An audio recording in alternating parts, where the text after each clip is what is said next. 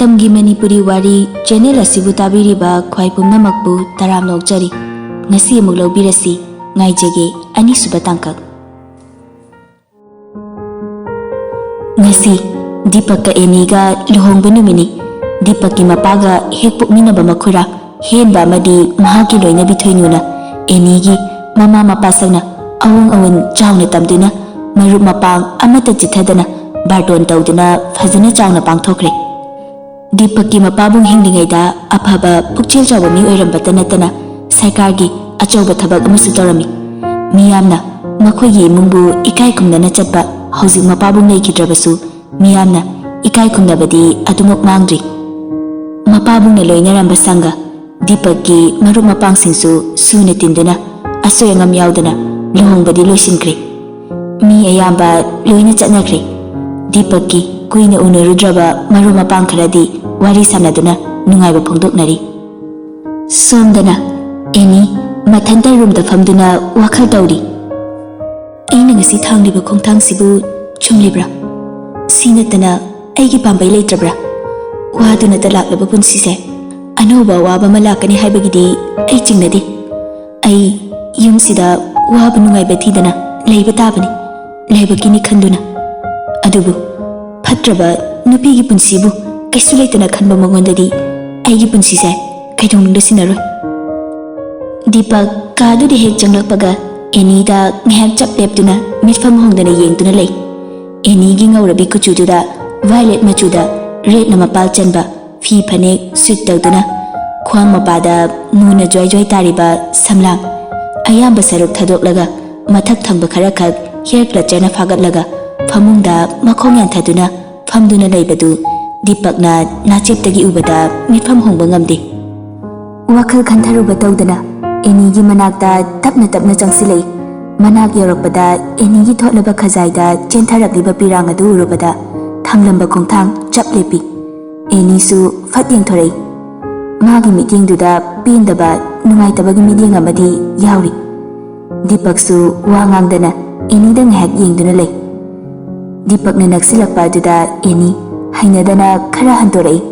ꯑꯗꯨ ꯎꯕꯗ ꯗꯤꯄꯛ ꯍꯧꯖꯤꯛꯇꯗ ꯋꯥꯈꯜ ꯇꯥꯔꯛꯄꯒꯨꯝ ꯃꯥꯁꯨ ꯍꯟꯗꯣꯛꯇꯨꯅ ꯈꯔ ꯂꯥꯞꯇꯛꯅ ꯊꯥꯔꯤꯕ ꯑꯦꯅꯤꯒ ꯃꯥꯌꯣꯛꯅꯅ ꯂꯩꯕ ꯐꯃꯨꯡ ꯑꯃꯗꯨꯗ ꯐꯝꯗꯨꯅ ꯋꯥ ꯉꯥꯡꯕ ꯍꯧꯔꯛꯏ. ꯑꯩ ꯉꯁꯤꯗꯤ ꯋꯥ ꯈꯔ ꯍꯥꯏꯒꯦ. ꯅꯪꯅ ꯉꯁꯤ ꯑꯩꯒꯤ ꯃꯥꯏ ꯉꯥꯛꯄꯤꯕꯁꯦ ꯑꯩ ꯌꯥꯝꯅ ꯄꯦꯜꯂꯤ. ꯁꯤꯗꯒꯤ ꯍꯦꯟꯕ ꯅꯁꯥꯅ ꯌꯥꯗꯕ ꯊꯕꯛꯇꯤ ꯑꯩ ꯀꯩꯗꯧꯅꯨꯡꯗ ꯇꯧꯔꯣꯏ. ꯑꯩꯕꯨ ꯆꯤꯡꯅꯒꯅꯨ. ꯌꯨꯝꯁꯦ ꯅꯪꯒꯤ ꯍꯦꯛ ꯌꯨꯝꯃꯛꯅꯤ ꯈꯜꯂꯣ. ꯏꯃꯥ ꯍꯣꯏꯒ ꯍꯔꯥꯎ ꯍꯔꯥꯎ ꯂꯩꯃꯤꯟꯅꯧ. ꯅꯪꯒꯤ ꯑꯋꯥꯠꯄ ꯆꯤꯡꯅꯗꯅ ꯑꯗꯨꯝ ꯍꯥꯏꯌꯨ. ꯅꯪꯒꯤ ꯑꯦꯛꯖꯥꯝꯁꯨ ꯀꯨꯏꯗ꯭ꯔꯦ. ꯑꯇꯣꯞꯄ ꯋꯥꯈꯜ ꯑꯝꯇ ꯈꯟꯗꯅ ꯂꯥꯏꯔꯤꯛꯇ ꯃꯥꯏ ꯑꯣꯟꯁꯤꯜꯂꯨ. ꯅꯪꯒꯤ ꯑꯁꯣꯟꯕ ꯁꯕꯖꯦꯛꯇꯣ ꯍꯥꯏꯌꯨ. ꯍꯣꯝ ꯇ꯭ꯌꯨꯇꯔ ꯀꯧꯒꯦ. ꯀꯟꯅ ꯍꯣꯠꯅꯧ. ꯑꯩꯈꯣꯏ ꯑꯕꯦꯁꯨ ꯅꯪꯒ ꯀ꯭ꯂꯥꯁ ꯃꯥꯟꯅꯕꯅꯤ. ꯃꯥꯒ ꯇꯥꯊꯣꯛ ꯇꯥꯁꯤꯟ ꯇꯧꯃꯤꯟꯅꯧ. ꯍꯧꯖꯤꯛ ꯅꯪꯒꯤ ꯍꯥꯏꯅꯤꯡꯕ ꯑꯄꯥꯝꯕ ꯀꯔꯤ ꯂꯩ ꯍꯥꯏꯔꯛꯑꯣ. ꯑꯦꯅꯤꯅ ꯑꯃꯨꯛ ꯀꯩꯁꯨ ꯂꯩꯇꯦ. ꯐꯔꯦ ꯑꯗꯨꯗꯤ ꯄꯣꯊꯥꯖꯔꯣ, ꯊꯦꯡꯉꯦ. ꯑꯁꯤ ꯍꯥꯏꯔꯝꯂꯒ ꯗꯤꯄꯛ ꯊꯣꯡꯗ ꯇꯞꯅ ꯉꯥꯁꯤꯟꯗꯨꯅ ꯃꯄꯥꯟꯗ ꯊꯣꯛꯂꯛꯇꯨꯅ ꯕꯦꯜꯀꯣꯅꯤꯗ ꯆꯤꯌꯔ ꯑꯃ ꯊꯥꯗꯨꯅ ꯐꯝꯂꯒ ꯑꯍꯥꯡꯕ ꯃꯥꯂꯪꯗ ꯌꯦꯡꯗꯨꯅ ꯋꯥꯈꯜ ꯇꯧꯔꯤ. ꯉꯁꯤꯁꯦ ꯑꯩꯅ ꯈ꯭ꯋꯥꯏꯗꯒꯤ ꯅꯨꯡꯁꯤꯖꯕꯤ ꯃꯍꯥꯛꯀ ꯑꯩꯒ ꯂꯨꯍꯣꯡꯕ ꯅꯨꯃꯤꯠꯅꯤꯀꯣ. ꯑꯩꯒꯤ ꯌꯥꯝꯅ ꯅꯨꯡꯉꯥꯏꯕ ꯅꯨꯃꯤꯠ ꯍꯥꯏꯕꯗꯣ ꯑꯣꯏꯒꯗ꯭ꯔꯥ ꯅꯠꯇ꯭ꯔꯒ ꯑꯋꯥꯕ ꯑꯣꯏꯒꯗ꯭ꯔꯥ ꯑꯩ ꯈꯪꯗ꯭ꯔꯦ. ꯏꯅꯥꯛꯇ ꯊꯝꯗꯨꯅ ꯃꯥꯒꯤ ꯃꯤꯅꯣꯛꯇꯕꯨ ꯌꯦꯡꯅꯤꯡꯂꯨꯕꯅꯤ. ꯑꯗꯨꯕꯨ ꯁꯤꯅ ꯍꯦꯟꯅ ꯃꯉꯣꯟꯗ ꯑꯋꯥ ꯃꯩꯁꯥ ꯍꯥꯞꯄ ꯑꯣꯏꯅ ꯊꯣꯛꯈ꯭ꯔꯦ. ꯃꯥꯅꯗꯤ ꯑꯩꯕꯨ ꯅꯨꯡꯁꯤꯕ ꯁꯨꯡꯉꯝ ꯉꯝꯂꯔꯣꯏꯗ꯭ꯔꯥ? ꯑꯗꯨꯕꯨ ꯑꯩ ꯃꯥꯒꯤ ꯊꯃꯣꯏ ꯁꯣꯛꯅꯕꯗꯤ ꯀꯩꯗꯧꯅꯨꯡꯗ ꯇꯧꯔꯣꯏ. ꯃꯥꯅ ꯍꯔꯥꯎꯅ ꯂꯩꯅꯕ ꯍꯣꯠꯅꯕ ꯌꯥꯕ ꯍꯣꯠꯅꯈꯤꯅꯤ. ꯃꯥꯅ ꯑꯩꯒꯤ ꯊꯃꯣꯏ ꯃꯁꯛ ꯅꯣꯡꯃꯗꯤ ꯁꯣꯏꯅ ꯈꯪꯂꯛꯄ ꯌꯥꯏ. ꯃꯥꯅ ꯈꯪꯕꯤꯗ꯭ꯔꯕꯁꯨ ꯑꯩ ꯅꯨꯡꯉꯥꯏꯇꯕ ꯇꯧꯔꯔꯣই. ꯃꯥꯅꯕꯨ ꯄꯦꯟꯒꯅꯤ ꯍꯥꯏꯔꯗꯤ ꯊꯋꯥꯏꯁꯤꯐꯥꯎ ꯊꯥꯔꯕꯁꯨ ꯑꯩ ꯆꯤꯡꯅꯗꯦ. ꯗꯤꯄꯛ ꯃꯄꯥꯜꯗ ꯐꯅ ꯊꯦꯡꯕ ꯐꯥꯎ ꯐꯝꯂꯕ ꯃꯇꯨꯡ ꯔꯨꯝꯗ ꯑꯃꯨꯛ ꯆꯪꯂꯛꯇꯨꯅ ꯊꯣꯡ ꯇꯞꯅ ꯂꯣꯟꯁꯤꯜꯂꯤ. ꯃꯥꯅ ꯆꯪꯂꯛꯄꯗꯗꯤ ꯑꯦꯅꯤꯗꯤ ꯇꯨꯝꯗꯨꯅ ꯂꯩꯔꯝꯂꯦ. ꯀꯥꯡꯈꯜ ꯃꯅꯨꯡꯗ ꯑꯦꯅꯤꯅ ꯅꯤꯡꯉꯥꯏꯗꯨꯅ ꯇꯨꯝꯕꯗꯣ ꯗꯤꯄꯛꯅ ꯃꯥꯒꯤ ꯐꯃꯨꯡꯗ ꯐꯝꯗꯨꯅ ꯂꯥꯞꯇꯛꯅ ꯅꯨꯡꯁꯤꯅ ꯌꯦꯡꯂꯤ. ꯗꯤꯄꯛ ꯐꯅ ꯀꯨꯏꯅ ꯐꯝꯗꯨꯅ ꯌꯦꯡꯂꯒ ꯂꯩꯔꯝꯕ ꯑꯗꯨ ꯑꯦꯅꯤꯅ ꯃꯃꯥꯏꯗꯣ ꯑꯁꯣꯝꯗ ꯌꯥꯎꯍꯟꯈꯤꯕꯗꯒꯤ ꯃꯥꯁꯨ ꯇꯨꯃꯤꯟꯅ ꯐꯃꯨꯡꯗ ꯀꯥꯈꯠꯇꯨꯅ ꯇꯨꯝꯕ ꯊꯦꯝꯂꯤ. ꯃꯊꯪꯒꯤ ꯅꯨꯃꯤꯠꯅꯤ. ꯑꯦꯅꯤ ꯑꯌꯨꯛ ꯉꯟꯇꯥ ꯍꯧꯒꯠꯇꯨꯅ ꯃꯤ ꯀꯅꯥꯁꯨ ꯍꯧꯒꯠꯅꯗ꯭ꯔꯤꯉꯩ ꯃꯧ ꯑꯃꯒꯤ ꯃꯊꯧ ꯆꯞ ꯆꯥꯅ ꯇꯧꯔꯤ. ꯑꯦꯅꯤ ꯑꯉꯥꯡ ꯑꯣꯏꯖꯔꯕꯁꯨ ꯃꯌꯨꯝꯗ ꯊꯕꯛ ꯈꯨꯗꯤꯡ ꯃꯥꯅꯗ ꯇꯧꯗꯨꯅ ꯂꯥꯛꯄꯅ ꯊꯕꯛ ꯇꯧꯕꯗ ꯇꯥꯛꯅꯗꯦ. machu tai. Eni na lai khurum luraga haugalakpada manembok Nungsi leptuna leirami. Nungsi, asuk ingrasida karigi ngatana haugalino amuk narakani matam chana adum haugatpasu yabasida. Eni na amuk, ima ai sumhainagibagini. Adubudi phaye ingbasida icha narakadrana khanbane imana. Ima ai cha thangalamlabani. Nungsina amuk, hoi chango chango loisinjaruro. Ima su irujaraga chakhum changage. Deepak mikap tholakpada Eni gi famunglamda yengai. Eni leiramdaba duda gari amuk yengi. Pungsu fanangalambadudha Deepak fuk haugalaga makhada kumtharai. Chakhumda hana changlagi yengi. Machanupi Dusila cha thaktuna leirami. Dusila, tamo brush torabo cha hiraura. Deepak na amuk, kanana loliba. Dusila na, khangde su inamana lon boiramni lolaga leirami. Deepak na amuk khumlai. Nangdi ngasaidagi kai chalubada khangdriba. Asungalishida kai chatorige tumba hugatpagani brush toraga cha thamise. Imadi, kaka hoiramda chatkibani. Kanaga chakriba. Mathanja chatkibani kaidorage tamo phangamda hangidubo. Kaidorage ima lae.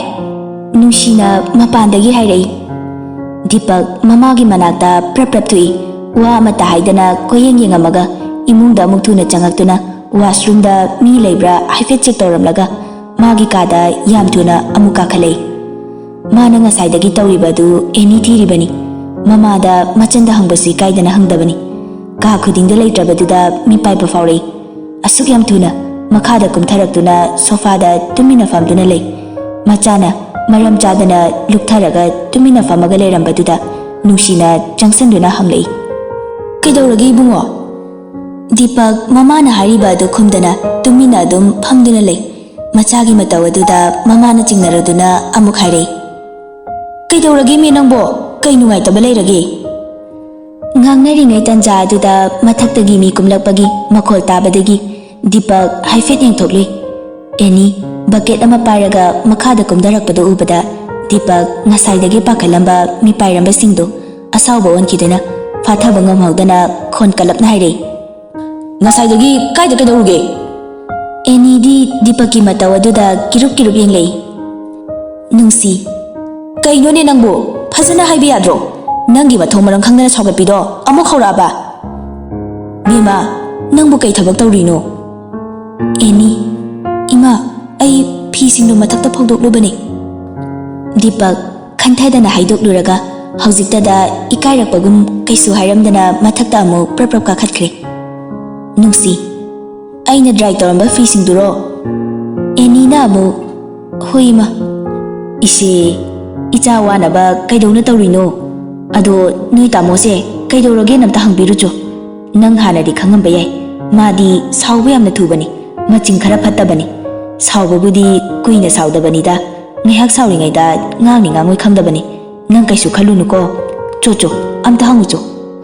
Eni mamana haibaduda hiktopa ngamdadana stair da tanna kakhalei. Mathong maram khangdana saurise sono churangani. Imungse magi makhada loina leibai mawongneba. Aibu kaibu hairudoino masakpu yeningdaba miduda. Eni wakal khana karakpada makhoigi kagi thongjil yaure. Deepaksu haidokriba wa aduna ikaibana tofam khangdre. Kamaina amuk sengdoksige khalaga thongjinda hatu thorakpada Eni lepaga lerambaduda khangpre khangna upsange tawbada thongda pairaga ngai. Eni su maning haifet halli. Deepak kaisu khandaba saraga hairi. Nangna yunga ta hawgalaga thabang mayam tawgano nasasu kya pate tumba chaba walangano exam su kuidre amuk naradi kamai tawni ngasi nong ni sida nangi tutor kauna bai tawge larik su hayeng lerage ngasi di Sunday ni na pharak tare. Deepak nang hauroi matagum sor hondana wa mathang ngai. Eni su mamangda haikiba wasingdudi ignore tawraga lastki larik lege haiba matangduda tapna khumai. Larik tudi imanabiga pau faunaraga yumdagi lawba yabra yengi. Adu thabakto matam maungnabani. Larik sunasu phammuye. Aina thokpa tawge fangnaba. Ado hayengdi yamgana hawgai kano. Haujik ingba horabani amuk narakani.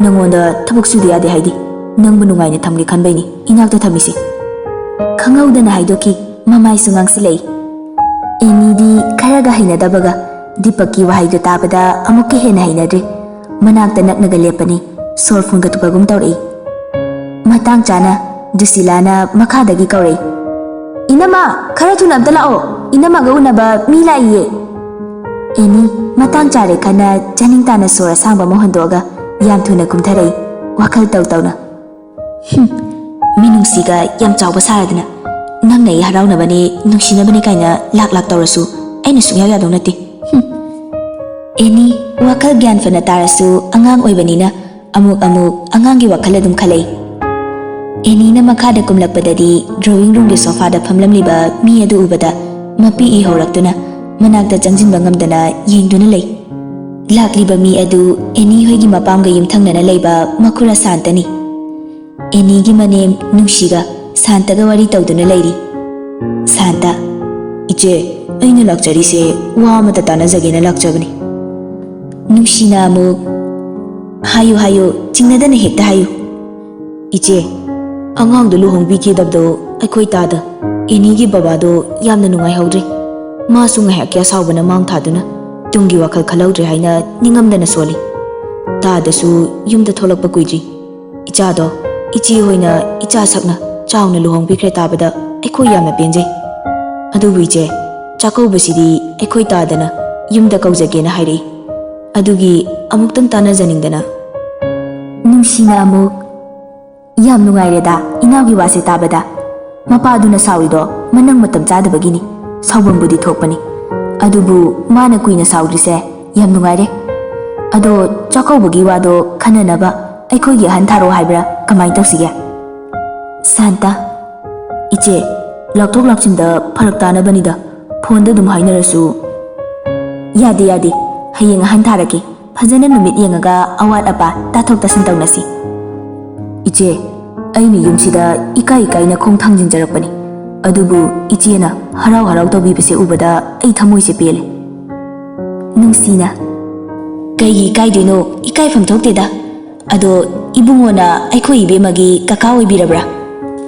ꯇꯁꯦꯡꯕꯗꯤ ꯑꯩꯁꯦ ꯃꯣꯏꯒ ꯀꯔꯤꯁꯨ ꯊꯣꯛꯅꯕ ꯅꯠꯇꯦ ꯃꯣꯏꯒ ꯌꯨꯝꯊꯪꯅꯅ ꯂꯩꯕꯅꯤ꯫ ꯑꯗꯨꯕꯨ ꯄꯣꯛꯃꯤꯟꯅꯕ ꯏꯆꯤꯟ ꯏꯅꯥꯎꯒꯨꯝ ꯌꯥꯝ ꯅꯨꯡꯁꯤꯅꯅ ꯂꯩꯃꯤꯟꯅꯖꯩ꯫ ꯅꯨꯡꯕꯨ ꯅꯨꯡꯁꯤꯅꯔꯗꯤ ꯄꯣꯛꯃꯤꯟꯅꯕ ꯄꯣꯛꯃꯤꯟꯅꯗꯕ ꯂꯩꯇꯕꯅꯤ꯫ ꯅꯨꯡꯁꯤꯅꯗ꯭ꯔꯗꯤ ꯄꯣꯛꯃꯤꯟꯅꯕ ꯏꯆꯤꯟ ꯏꯅꯥꯎꯁꯨ ꯊꯥꯡ パイꯅꯔꯤꯕꯅꯤ꯫ ꯑꯆꯨꯝꯕꯅꯤ ꯏꯆꯦ꯫ ꯑꯗꯨ ꯏꯆꯦ ꯑꯩꯁꯦ ꯀꯨꯏꯔꯦ ꯌꯨꯝꯗ ꯂꯩꯔꯨꯗꯕ ꯑꯔꯥꯞꯄꯗ ꯊꯕꯛꯀꯤ ꯂꯩꯔꯨꯕꯅꯤ꯫ ꯏꯆꯥꯒꯤ ꯄꯥꯎꯁꯦ ꯇꯥꯕꯗ ꯅꯨꯡꯉꯥꯏꯃꯟꯗꯕꯗꯒꯤ ꯌꯨꯝꯗ ꯂꯥꯛꯄꯅꯤ꯫ ꯑꯉꯥꯡꯁꯤꯡꯅ ꯇꯝꯃꯤ ꯁꯣꯝꯒꯤ ꯑꯍꯟꯁꯤꯡ ꯂꯥꯛꯄꯗꯨꯁꯨ ꯑꯩꯈꯣꯏꯒꯤ ꯏꯇꯩꯃꯅ ꯋꯥ ꯐꯖꯅ ꯍꯥꯏꯈꯤꯗ꯭ꯔ ꯃꯥꯜꯂꯦ꯫ ꯑꯗꯨꯒꯤꯁꯨ ꯑꯩꯁꯦ ꯌꯨꯝꯁꯤꯗ ꯆꯪꯂꯛꯄ ꯉꯝꯗꯗꯅ ꯉꯁꯥꯏꯗꯒꯤ ꯂꯦꯞꯄꯒ ꯂꯩꯔꯝꯃꯤꯅꯤ꯫ ꯅꯨꯡꯁꯤꯅ ꯑꯃꯨꯛ ꯈꯨꯝꯂꯛꯏ꯫ ꯀꯩꯁꯨ ꯈꯜꯂꯨꯅꯨꯗ ꯑꯩꯈꯣꯏꯁꯨ ꯀꯩꯁꯨ ꯈꯟꯗꯦꯗ꯫ ꯑꯩꯈꯣꯏ ꯏꯇꯩꯃꯗꯣ ꯋꯥ ꯉꯥꯡꯕ ꯍꯩꯇꯕꯩꯔꯥ ꯅꯠꯇ꯭ꯔꯒ ꯄꯪꯕꯩꯔꯥ ꯈꯪꯗꯦ ꯋꯥꯍꯩ ꯑꯀꯟꯕ ꯌꯥꯝꯅ ꯍꯥꯏꯕꯅꯤ꯫ ꯏꯆꯦ ꯍꯣꯏꯅ ꯁꯥꯎꯕꯤꯗꯅꯕ ꯍꯥꯏꯖꯔꯤ꯫ ꯍꯣꯏꯗ ꯃꯥꯁꯨ ꯉꯥꯏꯍꯥꯛ ꯁꯥꯎꯕꯒꯤ ꯄꯪꯍꯥꯏ ꯍꯥꯏꯕ ꯑꯣꯏꯔꯝꯅꯤ꯫ ꯀꯨꯏꯅ ꯁꯥꯎꯅꯕ ꯌꯥꯕ ꯅꯠꯇꯦ꯫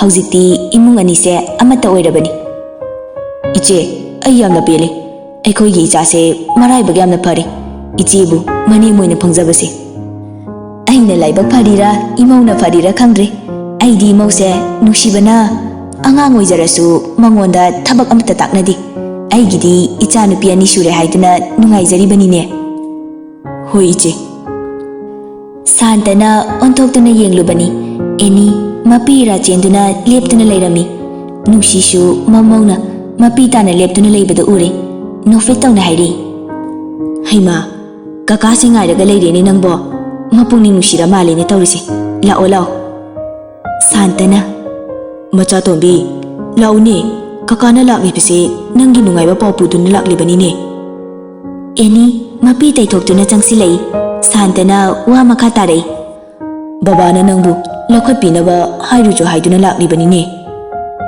ꯑꯦꯅꯤ: ꯕꯕꯥ ꯌꯨꯝꯗ ꯊꯣꯛꯂꯛꯍꯧꯔꯕꯣ ꯀꯀꯥ? ꯕꯕꯥꯅ ꯑꯩꯕꯨ ꯁꯥꯎꯕ꯭ꯔꯥ? ꯕꯕꯥꯗꯤ ꯀꯨꯏꯗ꯭ꯔꯤꯌꯦ ꯌꯨꯝꯗ ꯊꯣꯛꯂꯛꯄ꯫ ꯅꯪꯕꯨꯗꯤ ꯕꯕꯥꯅ ꯀꯩꯒꯤ ꯁꯥꯎꯔꯨꯅꯤ? ꯁꯥꯎꯗꯦꯗ꯫ ꯅꯪꯗꯤ ꯑꯅꯥ ꯑꯌꯦꯛ ꯌꯥꯎꯗꯦꯗꯅ ꯏꯆꯥꯒꯤ ꯂꯨꯍꯣꯡꯕꯁꯨ ꯍꯦꯛ ꯌꯥꯎꯍꯧꯗꯦꯗ꯫ ꯌꯥꯎꯗꯤꯌꯦ ꯀꯀꯥ꯫ ꯑꯁꯤ ꯍꯥꯏꯔꯒ ꯃꯄꯤ ꯈꯥꯝꯕ ꯉꯝꯗꯅ ꯀꯞꯊꯣꯔꯛꯏ꯫ ꯅꯨꯡꯁꯤꯅ ꯀꯣꯟꯖꯤꯟꯕꯤꯔꯒ ꯑꯃꯨꯛ ꯍꯥꯏꯔꯛꯏ꯫ kapkanusi nangna kapadi kakasu nungairaroi machan tombi kapkanu nangbu Santa masu wa ngangba ngamdana mapi sintharai Annie kapna mung hairei Kaka ai yumdadi yamna lakningi imana ngangni kijaye imadu yamna saubra imana sauradi hekta phubani ai yamna ki kaka Annie su mapungning nungsimanbagi angang machadawna kai kaino nungaitaba khara phongdokle Annie na hairakliba waduda Santadi thamoi kaikre kari ngangdoino ekhoi meyam leirisidi hekta phuba yabro lakadabaniko laktaba yade babana nangbu ningamdana solhawi Kaka numidangi matamni Deepak balcony da famduna Prem da call tawi Prem kai lerage Deepak namu maram laitradi tarokpa yadabai mawongneba Prem namu yai tawbiro haine khoidi phone tawbiraknabaga leiti aduda timing sida taropasida emergency warangbadra khalubai wanida emergency ga nateda kaidoramino tumdorobo tumkiroida game sanage tawrambani noidawna nanakta leiradi ngasai na ngatana tumadamni tumni nungairene nangde ningba thungeba kaibo pamjaba nupina nanakta leiraga seba tawbadubu ningba thungdribro Deepak chimba kitang chingkhalaga nokningdana noi Prem namu makha tare nang kaida legi manakta leibro Deepak na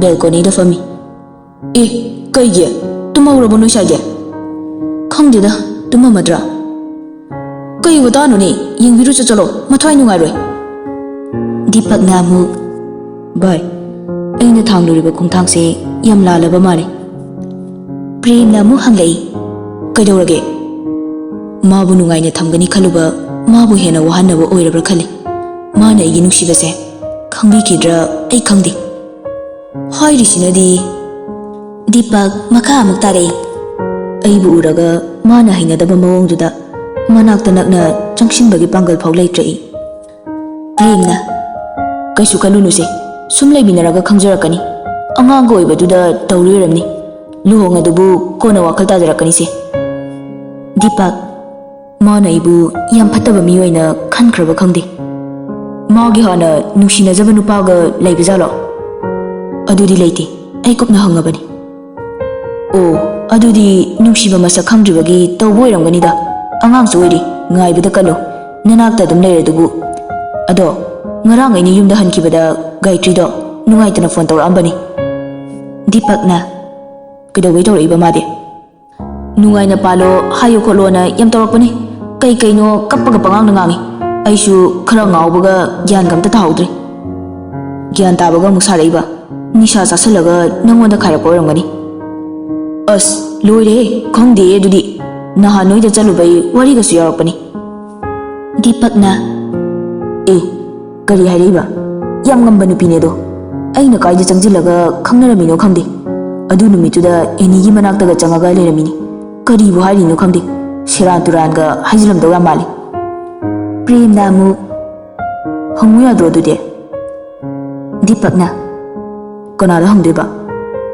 noi saida ai udanaba thairaga chatlingaisida kamaina hangdoino Prem na amuk hairei adudi mana kai haijilamdana angangdo amuk hena mapuning olijalo Deepak hainingba hairam sanuda achumbado nomadi soidina khanglakani ngaiba tabani kaigumba mana punsigi khangbidrasu adum laibakini khana lenba tabani kaido khangmoidino pungning sonthagano nangna samathik charabani wakal phajana khanba ngamabani atopa hiram kayada mai pakna thauna leina pangthokpa ngamlasu nungsibagi mafamdadi pukning hakchang pumnamak sonthari wakhalsu angang machagumna hekek tawrei Prem namu khaluranuse matamna purakpa awonbado karino yenglasi Deepak nang tumjaro thengi Prem namu khanglei nangdi aishu tumadamni Annie tumage haiduna famung phajana semba loiraga hipthabada ngairi Deepak famung mapanda leptuna leirami adu bada Annie di khangpre khangduna tumlambadagi haugalei ꯗꯤꯄꯛꯁꯨ ꯂꯦꯞꯂꯝꯕꯗꯒꯤ ꯐꯝꯊꯔꯛꯇꯨꯅ ꯃꯅꯥꯛꯇ ꯆꯪꯁꯤꯜꯂꯛꯏ꯫ ꯑꯦꯅꯤꯅ ꯀꯤꯅ ꯍꯥꯏꯔꯦ, ꯀꯩꯗꯧꯕ ꯂꯥꯛꯏꯅꯣ? ꯇꯨꯝꯕ ꯂꯥꯛꯏꯅꯦ ꯑꯩꯁꯨ꯫ ꯑꯦꯅꯤ ꯀꯤꯅ ꯃꯁꯥꯗꯨ ꯇꯥꯁꯤꯜꯂꯒ ꯃꯅꯤꯡꯗ ꯆꯠꯊꯣꯛꯏ꯫ ꯋꯥ ꯉꯥꯡꯕ ꯉꯝꯗꯅ ꯗꯤꯄꯛꯇ ꯌꯦꯡꯗꯨꯅ ꯂꯩ꯫ ꯑꯦꯅꯤꯒꯤ ꯃꯇꯧ ꯑꯗꯨꯗ ꯗꯤꯄꯛ ꯑꯦꯅꯤꯗ ꯆꯥꯗꯕ ꯌꯦꯡꯂꯛꯏ꯫ ꯃꯅꯥꯛꯇ ꯁꯨꯝ ꯆꯪꯁꯤꯜꯂꯤ꯫ ꯑꯦꯅꯤꯅ ꯑꯃꯨꯛ, ꯆꯪꯁꯤꯜꯂꯛꯀꯅꯣ, ꯆꯠꯂꯣ! ꯗꯤꯄꯛꯅ, ꯑꯩꯁꯦ ꯅꯪꯒꯤ ꯀꯅꯥꯅꯣ? ꯏꯕꯥꯅꯤ ꯂꯨꯍꯣꯡꯉꯕ ꯅꯠꯇ꯭ꯔꯣ? ꯅꯪꯅ ꯑꯩꯕꯨ ꯏꯟꯊꯣꯛꯇꯅ ꯊꯝꯃꯤꯁꯦ ꯀꯩꯒꯤꯅꯣ? ꯅꯪꯅ ꯑꯩꯁꯦ ꯀꯔꯤꯅꯦꯅ ꯈꯟꯒꯦ? ꯗꯤꯄꯛꯅ ꯇꯝꯊꯤꯕ ꯁꯛꯂꯣꯟ ꯂꯧꯗꯨꯅ ꯑꯦꯅꯤꯒꯤ ꯃꯅꯥꯛꯇ ꯆꯪꯁꯤꯜꯂꯛꯄꯗꯨꯗ ꯑꯦꯅꯤ ꯀꯞꯄꯒ ꯍꯥꯏꯔꯛꯏ, ꯅꯪꯗꯤ ꯌꯥꯝꯅ ꯐꯠꯇꯕ ꯃꯤꯅꯦ꯫ ꯑꯩꯒꯤ ꯄꯨꯟꯁꯤꯕꯨ ꯅꯪꯉꯣꯟꯗ ꯁꯤꯟꯅꯕꯗꯤ ꯄꯨꯟꯁꯤꯒꯤ ꯑꯣꯏꯊꯣꯛꯇꯕꯅꯤ꯫ ꯃꯥꯅꯤ, ꯑꯩꯗꯤ ꯐꯠꯇꯕ ꯃꯤꯅꯤ꯫ ꯑꯗꯨꯅ ꯐꯠꯇꯕ ꯑꯩꯅ ꯇꯧꯔꯛꯄ ꯊꯕꯛꯇ ꯀꯅꯥꯅꯁꯨ ꯊꯤꯡꯕ ꯉꯝꯂꯣꯏ꯫ ꯅꯁꯥꯅ ꯌꯥꯅ ꯄꯤꯗ꯭ꯔꯕꯁꯨ ꯅꯪꯒꯤ ꯅꯨꯡꯁꯤꯕꯗꯤ ꯑꯩꯅ ꯃꯨꯟꯗꯨꯅ ꯂꯧꯒꯅꯤ꯫ ꯑꯁꯤ ꯍꯥꯏꯗꯨꯅ ꯗꯤꯄꯛꯅ ꯑꯦꯅꯤꯒꯤ ꯃꯈꯨꯠꯇꯨ ꯐꯥꯔꯛꯏ꯫